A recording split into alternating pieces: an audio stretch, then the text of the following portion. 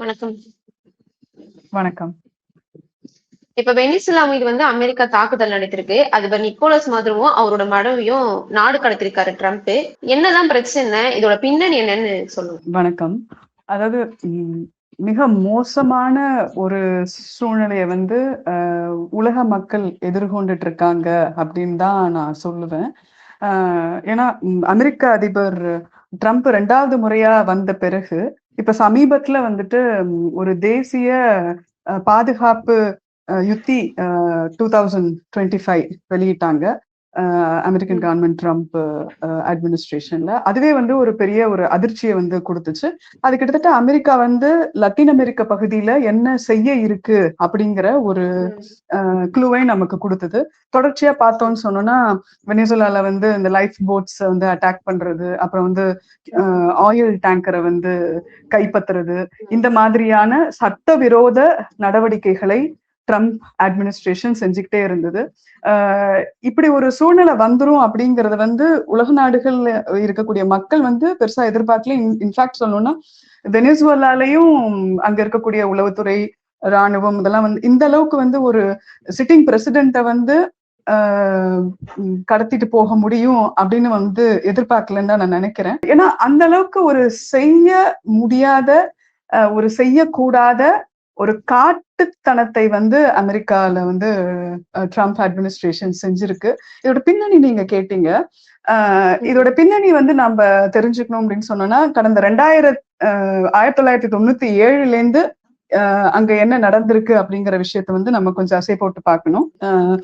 அதாவது அமெரிக்காவுக்கு பொறுத்த வரைக்கும் லத்தீன் அமெரிக்க நாடுகள்ல தன்னுடைய நாட்டுல இருக்கக்கூடிய பெருமுதலாளிகளுக்கு அனுகூலமாக பயனளிக்கும் வகையில செயல்படக்கூடிய சக்திகளைத்தான் அரசாங்கங்களை அமைக்க அமெரிக்கா முயற்சி செஞ்சுக்கிட்டு இருக்கும். கிட்டத்தட்ட லத்தீன் அமெரிக்கால எல்லா நாடுகள்லயும் தன்னுடைய ஏஜென்ட் ப்ரொவகேட்டர்ஸ் அமெரிக்கா வச்சிருக்கு. ஒரு சில, அதாவது தங்களுடைய வர்த்தக நோக்கங்களுக்காக யார் தங்களை ஆதரிப்பாங்களோ அவங்களோட பார்ட்டியை சப்போர்ட் பண்றது அப்படின்ற ஒரு அணுகுமுறை அமெரிக்கா ரொம்ப காலமா கடைபிடிச்சுக்கிட்டு இருக்கு. இப்ப ட்ரம்ப் அதிகாரத்துக்கு வந்த காலத்துலன்னு சொல்லும் போது ரொம்ப உச்சபட்ச ஒரு கொடூரத்தை நிகழ்த்தி இருக்கிறத நம்ம பாக்குறோம். அதாவது லத்தீன் அமெரிக்காவை பொறுத்த வரைக்கும் ஒரு சோசியலிச பாதையை நோக்கி செல்ல வேண்டும் அப்படிங்கிற ஒரு செக்ஷன் அங்க கணிசமாக இருக்காங்க. அங்க லேபர் மூவ்மெண்ட் ரொம்ப ஸ்ட்ராங். தொழிலாளர்கள், விவசாயிகள் ஒரு நல்ல வாழ்க்கை வேணும் அப்படின்னு சொல்லி ஒரு போராட்டம் ரொம்ப வலுவா இருக்கிற ஒரு பகுதி லத்தீன் அமெரிக்க தேசம். வட அமெரிக்கா வட அமெரிக்காவுடைய பெரும்பணக்காரர்கள் தங்களோட நாடுகளுடைய வளங்களை கொள்ளடிக்கிறாங்க அப்படிங்கிற ஒரு கோபம் அந்த மக்களுக்கு இருக்கு. அங்க ஒரு வலுவான இடதுசாரி கட்சிகள் அங்க மாறி மாறி ஆட்சியில வர முடியும் அப்படிங்கிற ஒரு சூழல் ட்ரம்ப்போடைய அமெரிக்காவுக்கு ஒரு பெரிய ஒரு அச்சுறுத்தலாவே இருந்துட்டு இருந்திருக்கு. இப்ப கியூபால எடுத்த நடவடிக்கைகள் எல்லாம் நம்ம பார்த்துட்டு இருக்கோம். அதாவது பொருளாதார தடைகளை விதிக்கிறது. அவங்களோட நோக்கம் எந்த நாடுகள்லயும் வளங்கள் இருந்தா அந்த வளங்களை அந்த நாடு தன்னுடைய மக்களுக்காக செலவழிக்க கூடாது, தன்னுடைய மக்களுக்கான நலத்திட்டங்களுக்காக அந்த வளங்களை பயன்படுத்த கூடாது. அரசு அந்த வளங்களை கையகப்படுத்தி அந்த வளங்களை வச்சு பேஸ் பண்ண உற்பத்தியை அரசு நிறுவனங்கள் அங்க முன்னெடுக்க கூடாது அப்படிங்கிற ஒரு கொள்கை அமெரிக்கா கொண்டிருக்கு. இதுதான் தொடர்ச்சியா அவங்க பின்பற்றிட்டு வந்துட்டு இருக்காங்க. 90கள்ல நவீன தாராளமய போக்கு தொடங்கின போது ரொம்ப மோசமான சுரண்டலுக்கு வெனிசுலா மக்கள் உள்ளானார்கள். வெனிசுலால அது ரொம்ப ஒரு ஆயில் ரிச் கண்ட்ரி. ரொம்ப ஒரு ட்ரம்பே வெளிப்படையா சொன்னார் இல்லையா, அங்க இருக்கக்கூடிய ஆயில் ரொம்ப முக்கியமான ஒரு எண்ணெய் வளங்களை கொண்ட நாடு. அதுதான் முக்கிய காரணமா இருக்கா? அதான் காரணம். ஏன்னா அங்க என்ன பண்ணாங்க அப்படின்னு சொன்னோம்னா, 2001ல ஒரு சட்டம் கொண்டு வராங்க. அதாவது 90கள்ல எண்ணெய் வளங்கள் எல்லாம் தனியார்களுடைய அமெரிக்க கம்பெனிகளுக்காக தாரை வார்த்த ஒரு போக்கு அங்க நிலவுனது. ரொம்ப மோசமா மக்கள் ஏன்னா அரசுக்கு வருமானம் இல்லாம மக்கள் நலத்திட்டங்கள் செய்ய முடியாம கிட்டத்தட்ட பாவர்ட்டி வந்து அங்க ரொம்ப கடினமாக இருந்தது. அப்ப வந்து ஹியூகோ ஷாவேஸ் வந்து அதிபராக தேர்ந்தெடுக்கப்படுகிறார். அவர் வந்து ஒரு ட்ரேட் யூனியன் லெஃப்ட் மூவ்மெண்ட் ஒரு மிகப்பெரிய ஒரு எழுச்சியை வந்து கிட்டத்தட்ட லத்தீன் அமெரிக்கா முழுவதுமே வந்து ஹியூகோ ஷாவேஸோட வெற்றி வந்து ஏற்படுத்துனுச்சு அப்படின்றத நம்ம பாக்குறோம். 2001 வந்துட்டு அவங்க ஒரு சட்டம் இயற்றுறாங்க, ஹைட்ரோ கார்பன் லா. அதுபடி பெட்ரோலியம் எக்ஸ்ப்ளோரேஷன், அதாவது அதை கண்டறியறது, அங்க வந்து பிளான்ட் வந்து கொண்டு வரது வந்து அரசு நிறுவனங்கள் தான் செய்யும். ரிஃபைனரி சுத்திகரிக்கிறதும் விற்பனையும் வந்துட்டு உங்களுக்கு பிரைவேட் கிட்ட கொடுக்கலான்னு அது ஒரு limited activity. So upstream activities வந்து கவர்மெண்ட் செய்யும், டவுன் ஸ்ட்ரீம் ஆக்டிவிட்டிஸ்க்கு வந்து பிரைவேட் பிளேயர்ஸ் கொண்டு வரலாங்கிற ஒரு சட்டத்தை கொண்டு வராங்க. அது வரைக்கும் அங்க உள்ள வளங்களை வந்து கொள்ளையடிச்சு கொழுத்துட்டு இருந்த அமெரிக்க கம்பெனிகள் வந்து இனிமேல் அங்க லாபம் பார்க்க முடியாதுங்கிற ஒரு சூழ்நிலை வந்து வருது. ஏன்னா வளங்கள் எல்லாமே வந்து அரசு கையகப்படுத்திருச்சு. அப்ப வந்து மக்களுக்கு வந்து அந்த அந்த சந்தையுடைய பலன், சந்தையில வர கெயின் வந்து மக்களுக்கு வந்து போக போது தங்களுக்கு வராது அப்படிங்கறதுனால அமெரிக்கால இருக்கக்கூடிய பெருமுதலாளிகள் வர்க்கம் அமெரிக்கன் கவர்மெண்ட் கிட்ட வந்து ப்ரெஷர் போடுது. அமெரிக்கா வந்து உலகம் முழுக்க தன்னுடைய பெருமுதலாளிகளுக்காக வந்து என்ன வேணாலும் செய்யக்கூடிய ஒரு நாடுதான். 90கள் 2000 தொடங்கி அமெரிக்கா வந்து வெனிசுலா மேல வந்து ஒரு அட்டாக் பண்ணிட்டே இருக்கு. அங்க இருக்கக்கூடிய ரைட் விங் எலிமெண்ட்ஸை வந்து கன்சாலிடேட் பண்ணி தனக்கு தேவையான சக்திகளை வந்து அங்க ஆட்சிக்கு கொண்டு வர முடியுமா அப்படிங்கிற ஒரு முயற்சியை தொடர்ந்து செஞ்சுட்டு இருக்கு.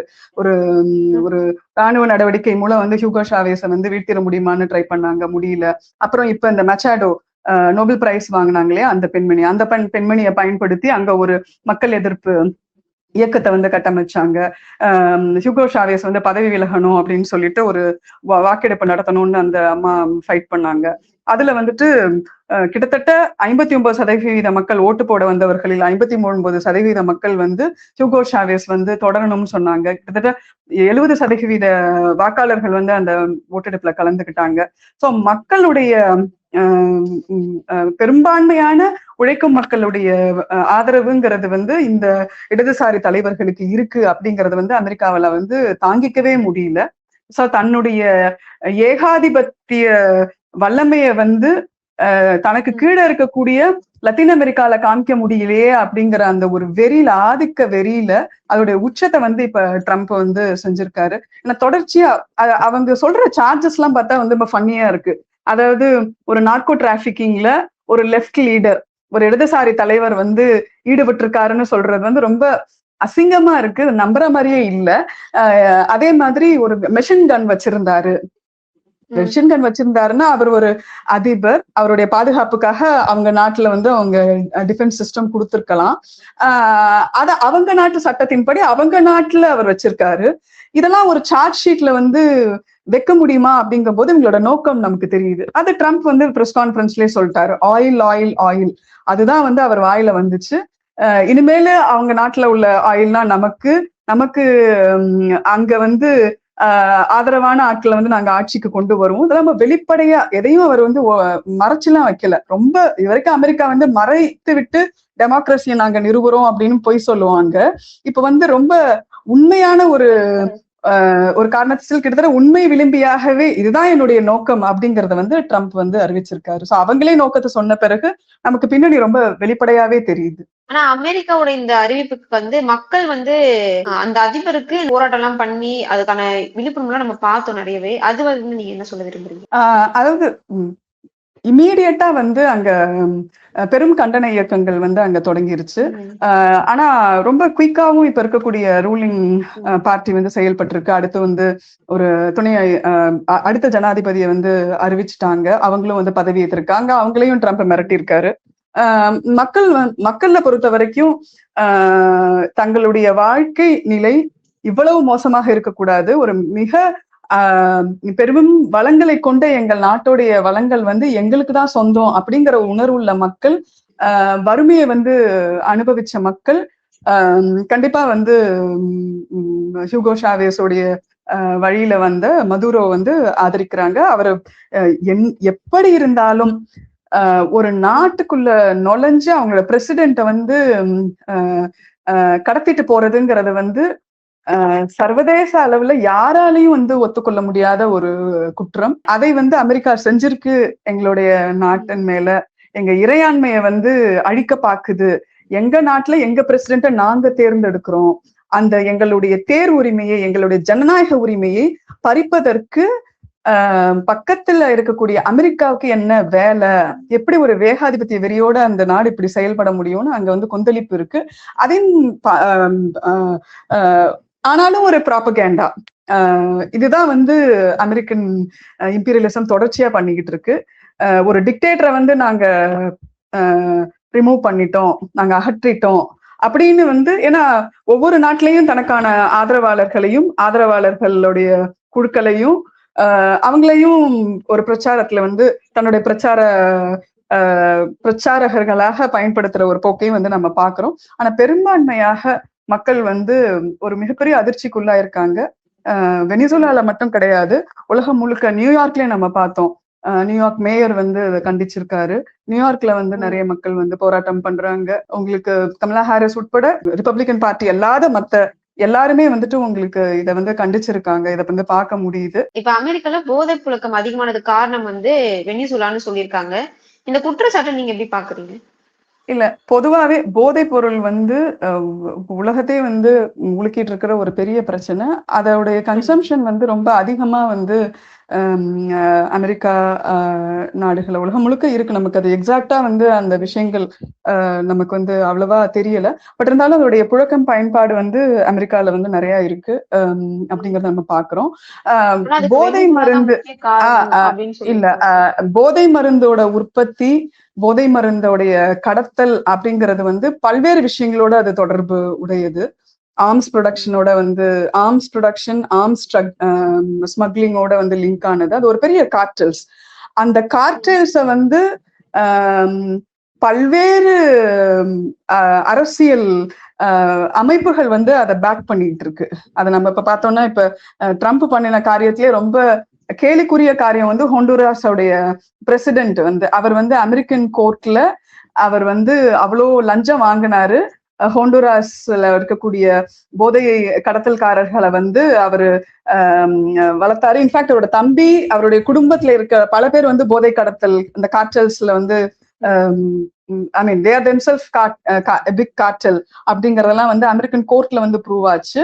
ஆனாலும் ட்ரம்ப் வந்து ஆட்சியில வந்த பிறகு 45 வருஷம் அவருக்கு வந்து அமெரிக்கன் ஃபெடரல் கோர்ட் வந்து தண்டனையை கொடுத்த அந்த தண்டனையை ரத்து பண்ணிட்டு அவருக்கு ஒரு பொது மன்னிப்பு கொடுத்து அவரை ஊருக்கு அனுப்பிச்சு வச்சாரு இதே டொனால்ட் ட்ரம்ப். ஸோ இந்த மாதிரி லட்டின் அமெரிக்கால பொறுத்த வரைக்கும் ட்ரக் கார்டல்ஸ், மாஃபியாஸ் இருக்காங்க. அதுல அப்பப்ப ரைட் விங்கோ லெஃப்ட் விங்கோ மாறி மாறி ஆட்சிக்கு வர ஒரு சூழ்நிலை இருக்கிற காலகட்டத்துல ஒரு லெஃப்ட் பார்ட்டிஸை சேர்ந்த லீடர்ஷிப்பால அதை வந்து எஃபெக்டிவா கண்ட்ரோல் பண்ண முடியல அப்படிங்கிறதும் வந்து அது நம்ம பாக்குறோம். ஆனாலும் இந்த போதை மருந்து புழக்கத்தை ஊக்குவிப்பது அப்படிங்கிறது இந்த ஒரு இந்த நெக்ஸஸ், இந்த கேபிட்டலிஸ்ட் நெக்ஸஸ் அப்படிங்கிறதையும் நாம புரிஞ்சுக்க வேண்டியது இருக்கு. ஸோ இந்த பிரச்சனைகள் வந்து, அதாவது லாட்டின் அமெரிக்காலேருந்து தான் எங்களுக்கு வந்து பெரும்பகுதி எங்களுக்கு வருது. நாங்க வந்து இங்க இன்டர்னலி அதை ப்ரொடியூஸ் ஆகல அப்படிங்கிற ஒரு விஷயத்த வந்து அமெரிக்கா தொடர்ச்சி அதை வந்து முன் வச்சுக்கிட்டே இருக்கு. ஆனால் அதை செய்பவர்கள், அந்த கடத்தலில் ஈடுபடுபவர்கள், அந்த கடத்தல் நெட்வொர்க்குக்கு வந்து தலைமை தாங்குபவர்கள் ஒரு சோசியலிஸ்டுகளாக இருக்கக்கூடிய, ஒரு கம்யூனிஸ்டுகளாக இருக்கக்கூடிய, மார்க்சிஸ்டுகளாக இருக்கக்கூடிய இடதுசாரிகள் அப்படின்னு சொல்றது வந்து ரொம்ப ஒரு கேலிக்குரிய ஒரு விஷயம். அது வந்து நம்புற மாதிரி கிடையாது. நிக்கோலஸ் மடுரோ மேல வந்து சொல்லியிருக்கிற அந்த சார்ஜ் வந்து ரொம்ப படு கேவலமானது. எதையுமே சுமத்த முடியாது அப்படிங்கிற ஒரு ஒரு ஒரு சூழ்நிலையில என்ன வேணா நான் செய்ய முடியும். அதாவது இவங்க வந்து என்ன பண்றாங்கன்னா, தண்டனையெல்லாம் ஃபர்ஸ்ட் வந்து ஸ்கிரிப்ட் எழுதி வச்சிடுறாங்க. ஸ்கிரிப்டை எழுதிட்டு அந்த ஸ்கிரிப்ட் வந்து நாடகமா நடிக்கப்படுது. அதுதான் வந்து நம்ம ஹியூகோ ஷாவேஸ்க்கு நடந்ததை பார்த்தோம். அவருக்கு அவரை பதவியிலேருந்து விலக்கிறதுக்காக எடுத்த முயற்சிகள்ல பாக்குறோம். அடுத்தது இப்ப மடுரோ வந்து பாக்குறோம்.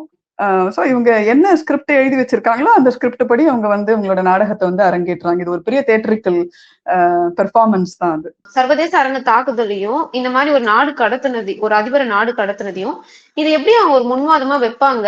இது ஒரு கதையா சொல்லிட்டு போயிடுவாங்களா? இதை நம்ம எப்படி பார்க்கலாம்? எப்போதுமே வந்து அமெரிக்கா ஒரு தேசத்துல வளங்கள் இருக்கு, ஒரு பிரதேசத்துல வளங்கள் இருக்கு அப்படிங்கறத தெரிஞ்சுட்டா தனக்கான ஆதரவு சக்திகளை வந்து அங்க ஆட்சியில கொண்டு வர எல்லா விதமான பிரயத்தனங்களையும் செய்யும்.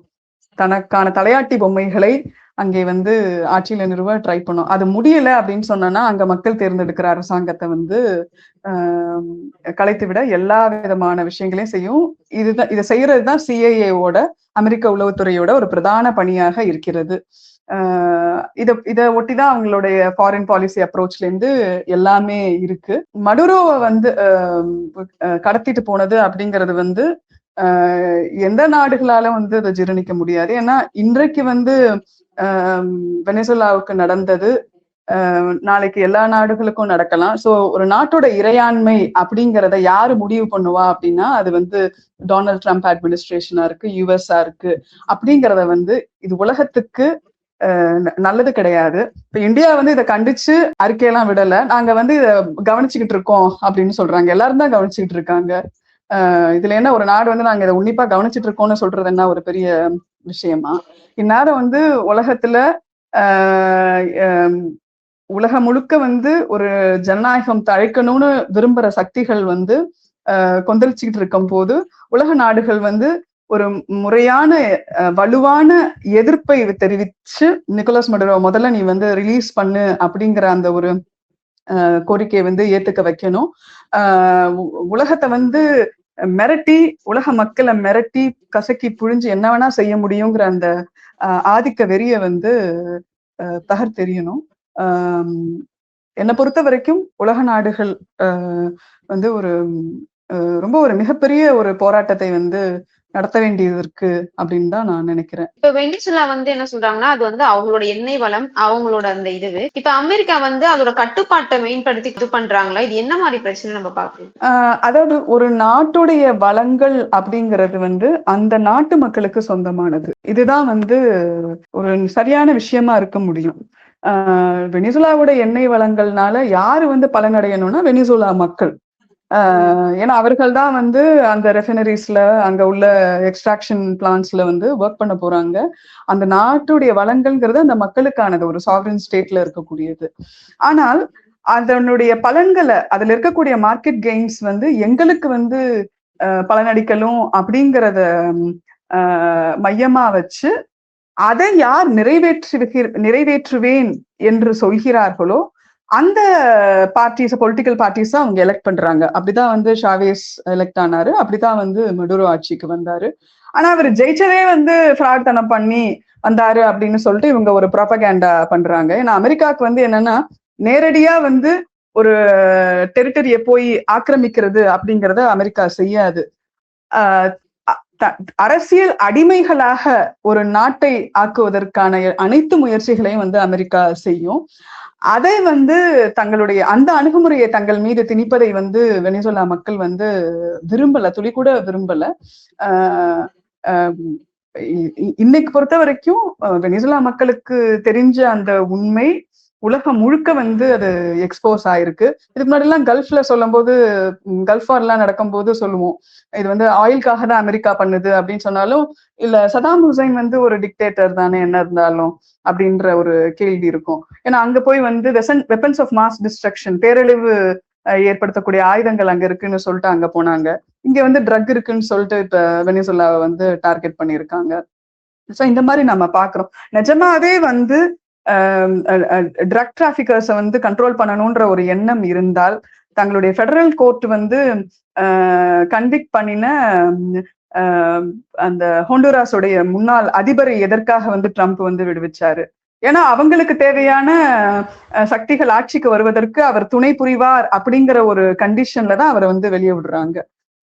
ஸோ இதை நம்ம வந்து பாக்குறோம். ஹோண்டுராஸ்ல அதான் நடந்துச்சு. அடுத்த பிரசிடென்ட் எலெக்ட் வந்து அமெரிக்காவுடைய ஒரு தீவிரமான ஒரு ஆதரவாளர். அவரை வந்து கொண்டு வர்றதுக்காக அவரை வந்து ரிலீஸ் பண்ணதை பாக்குறோம். ஸோ தனக்கு சாதகமான ஒரு சக்திகள் ஆட்சியில இருக்கணும்.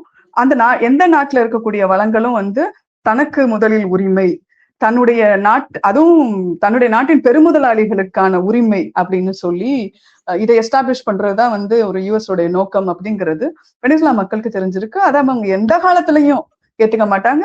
வெனிசுலா மட்டும் இல்லை, எந்த நாட்டு மக்களும் தன்னுடைய நாட்டை வந்து ஒரு வல்லாதிக்க உணர்வோடு எந்த நாடு வந்து ஆக்கிரமிச்சாலும் தாங்கிக்க முடியாது இல்லையா, போராட தானே செய்வாங்க. இந்த அரெஸ்ட் வந்து ஒரு சட்ட நடவடிக்கையா இல்ல எந்த நாடு வந்து எங்களை எதிர்த்தாலும் இதுதான் முடிவு அப்படின்றத காட்டுறதுக்காக எப்படி எல்லாம் பண்றாங்க? இல்ல, இது வந்து அமெரிக்கா வந்து ஒரு டிஸ்பிளே ஆஃப் பவராகவும் அதை செய்யுது. என்னால் என்ன வேண்டுமானாலும் செய்ய முடியும், என்னை கேட்பதற்கு ஆள் இல்லை அப்படிங்கிற ஒரு விஷயத்த அமெரிக்கா எஸ்டாப்ளிஷ் பண்ணுது. இது வந்து ரொம்ப டேஞ்சரஸ் சைனு. இதை வந்து 90களுக்கு முன்னாடி எல்லாம் அமெரிக்காவில பண்ண முடியல. ஏன்னா அப்ப யுஎஸ்எஸ்ஆர் அப்படிங்கிற அந்த ஒரு சோசியலிஸ்ட் பிளாக் ரொம்ப வலுவாக இருந்த காலகட்டம். 90ஸ்க்கு அப்புறம் வந்து ரொம்ப மோசமான விஷயங்கள் வந்து உலக அளவுல அரங்கேறிட்டு இருக்கிறத பாக்குறோம். மிடில் ஈஸ்ட் கிரைசிஸ், அப்புறம் வந்துட்டு பாலஸ்தீன், இஸ்ரேலை பயன்படுத்தி இஸ்ரேலுக்கு வந்து அவ்வளோ மோசமான ஒரு ஜெனசைடை செய்யக்கூடிய இஸ்ரேலுக்கு வந்து சப்போர்ட்டா வந்து யுஎஸ் என்ன வேணா பண்றதுங்கிற அந்த விஷயம் ஆப்கானிஸ்தான்ல பார்த்தோம். அதுக்கப்புறம் வந்து லாட்டின் அமெரிக்கால நடக்கிறத பார்த்தோம். ஆப்பிரிக்கன் கண்ட்ரீஸ்ல வந்து என்ன பண்ணுது அப்படிங்கறதெல்லாம் பார்த்தோம். ஸோ இதற்கு வந்து ஒரு எல்லையே இல்லையா, என்ன வேணா வந்து செய்ய முடியுமா அப்படிங்கிறது வந்து அந்த கொந்தளிப்பு வந்து இருக்கு. இவங்க வந்து சொல்லலாம், நாங்க வந்து சர்வதேச குற்றவாளியா வந்து அவரை அறிவிச்சிட்டோம், நாங்க வந்து அவருக்கு வந்து இன்வால்மெண்ட் இருக்குன்னு நாங்க சொல்லிட்டோம். இவங்க போட்டிருக்கிற சார்ஜஸ் எல்லாம் படிச்சு பார்த்தா வந்து அது ஒரு பெரிய ஒரு காமிக் நாவலாவே அது இருக்கும், ஒரு பொலிட்டிக்கல் காமெடியாவே அது இருக்கும். அது நல்லாவே தெரியுது. ஏன்னா அவர் வந்து அவர் நாட்டுல அவருடைய பிளேஸ்ல அவர் ஒரு மெஷின் கன் வச்சிருந்தாருங்கிறதெல்லாம் ஒரு குற்றச்சாட்டா? உங்க நாட்டுக்கு வந்து அவரு எடுத்துட்டு வந்தாரா, மெஷின் கன்னோட உள்ள நுழைஞ்சாரா? எப்படி வந்து நீங்க குற்றம் சுமத்த முடியும்? இது பாக்குறதுக்கே ரொம்ப ஃபன்னியா இருக்கு. இங்க வந்து மோடி கவர்மெண்ட்ல போடுற சார்ஜ் ஷீட் மாதிரி இருக்குது. சோ இவர்களுக்கு வந்து துளி கூட வந்து வெட்கம் இல்லை, துளி கூட வந்து நாங்க லா வந்து கடைபிடிக்க மாட்டோம் அப்படிங்கறதுல ரொம்ப தெளிவா இருக்காங்க. சோ இதுல சட்ட நடவடிக்கை எல்லாம் கிடையாது, அப்பட்டமான வந்து விதி மீறல், சட்ட மீறல். இது எல்லாருக்கும் தெரிஞ்ச ஒரு விஷயம். இப்ப அமெரிக்காவோட இந்த தாக்குதலையும் இந்த குற்றச்சாட்டையும் நீங்க எப்படி பாக்குறீங்க? உங்களுடைய விமர்சனம் என்னவா இருக்கு? அதாவது உலக மக்களை வந்து நாம காப்பாற்றணும் அப்படின்னா அமெரிக்க ஏகாதிபத்தியத்தை வந்து நாம தகர்த்தெறியணும். இதை வந்து செய்வதற்கான உச்சகட்டத்துலதான் நாம இருக்கோம் அப்படின்னு நினைக்கிறேன். உலக நாடுகள்ல ஜனநாயகம் வேணும் இந்த உலகத்துல. அப்புறம் இன்னொன்னு, ஒரு நாட்டுல உள்ள சூழல் இன்னொரு நாடுகளை வந்து பாதிக்கிற ஒரு காலகட்டமாவும் இருக்கு. ஏன்னா ஒண்ணுக்கொண்ணு தொடர்புடைய ஒரு வாழ்க்கைதான் வந்து உலகத்துல. அதாவது எல்லா நாடுகளும் வந்து பின்னி பிணைஞ்சிருக்கக்கூடிய ஒரு காலகட்டத்துல, எல்லா மக்களும் பின்னி பிணைஞ்சிருக்கிற ஒரு காலகட்டத்துல அமெரிக்கா இப்படி செய்யக்கூடிய ஒரு விஷயம் வந்து ஒரு போர் பதட்டத்தை வந்து உருவாக்கும், ஒரு நிலையற்ற தன்மையை வந்து உருவாக்கிடுமோன்ற ஒரு பயத்தை வந்து மக்கள் மத்தியில வந்து ஏற்படுத்துது.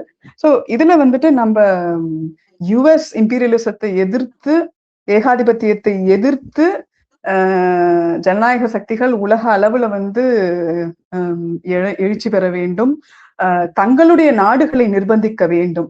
நம்ம செய்ய வேண்டிய கடமையா நான் என்ன பாக்குறேன், இந்தியர்களா அப்படின்னா, இப்படி ட்ரம்ப் என்ன சொன்னாலும் நான் தலையாட்டிட்டு இருப்பேன், ட்ரம்ப்போட காலில் போய் நான் விழுவேன் அப்படின்னு இருக்கக்கூடிய இந்த மோடி அரசாங்கத்தை வந்து நாம கண்டிக்கணும். இன்னைக்கு வெனிசுலாக்கு நடக்கிறத பார்த்துட்டு நான் இன்னும் வேடிக்கை பார்த்துக்கிட்டு இருக்கேன் நீ சொன்னா, நாளைக்கு உங்களுக்கும் இந்த நிலைமை வரும், நம்ம நாட்டுக்கும் இந்த நிலைமை வரும், அப்ப வேடிக்கை பார்த்துக்கிட்டு இருக்க சொல்றீங்களா இந்தியர்களை அப்படின்னு நம்ம வந்து மோடியை பார்த்து நம்ம கேள்வி கேட்கணும்.